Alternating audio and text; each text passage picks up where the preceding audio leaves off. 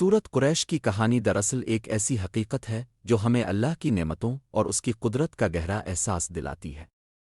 مکہ کی سرزمین صحراؤں اور پہاڑوں سے گھری ہوئی تھی، وہاں نہ کھیت اگتے تھے نہ پانی کی نہریں بہتی تھیں۔ اس کے باوجود یہ شہر ہمیشہ سے خاص رہا کیونکہ یہاں اللہ کا گھر یعنی خانہ کعبہ موجود تھا۔ یہی وجہ تھی کہ قریش کو باقی تمام قبائل پر فضیلت حاصل ہوئی۔ وہ خانہ کعبہ کے محافظ تھے اور اسی نسبت کی بدولت پورے عرب میں ان کی عزت کی جاتی تھی۔ قریش کی معیشت زیادہ تر تجارت پر مبنی تھی۔ وہ سال میں 2 بڑے تجارتی سفر کیا کرتے۔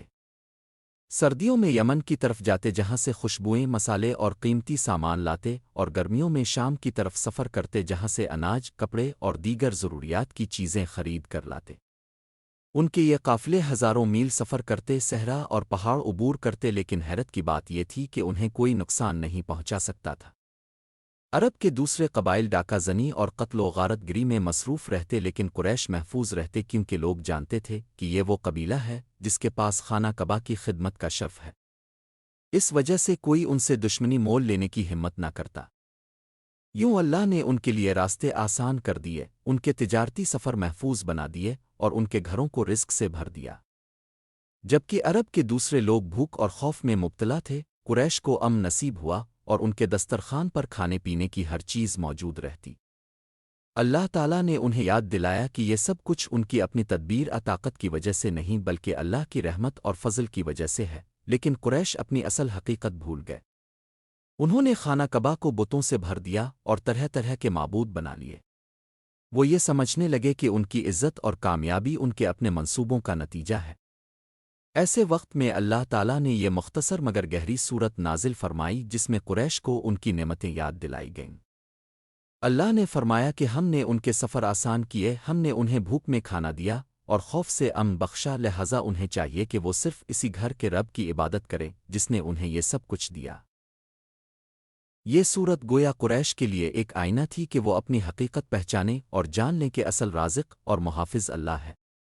اگر وہ ناشکری کریں گے تو یہ سب نعمتیں چھن بھی سکتی ہے۔ اسی پیغام میں ہمارے لیے بھی سبق ہے۔ آج کے انسان کے پاس دولت، شہرت اور آسائشیں تو ہو سکتی ہیں، لیکن اگر اللہ کا شکر نہ کیا جائے تو یہ سب کچھ لمحوں میں چھن سکتا ہے۔ اہل علم فرماتے ہیں کہ سورت قریش صرف قریش کے لیے نہیں بلکہ پوری امت کے لیے ہے۔ جس طرح اللہ نے قریش کو بھوک اور خوف سے نجات دی، ویسے ہی یہ سورت پڑھنے والوں کو بھی رزق اور سکون عطا کرتی ہے۔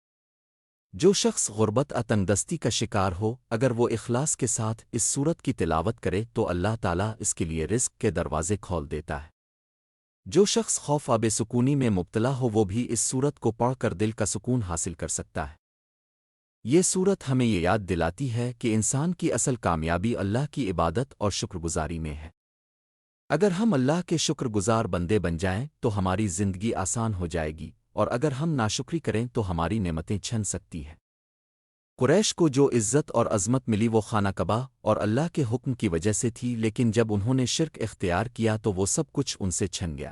یہ کہانی آج کے مسلمان کے لیے بھی سبق ہے کہ کامیابی صرف محنت تدبیر سے نہیں بلکہ اللہ کی رضا اور برکت سے ہے۔ اگر ہم سورت قریش کا پیغام سمجھ کر اسے اپنی زندگی میں اپنائیں تو ہماری بھوک ختم ہو سکتی ہے، خوف امن میں بدل سکتا ہے اور دل کو سکون مل سکتا ہے۔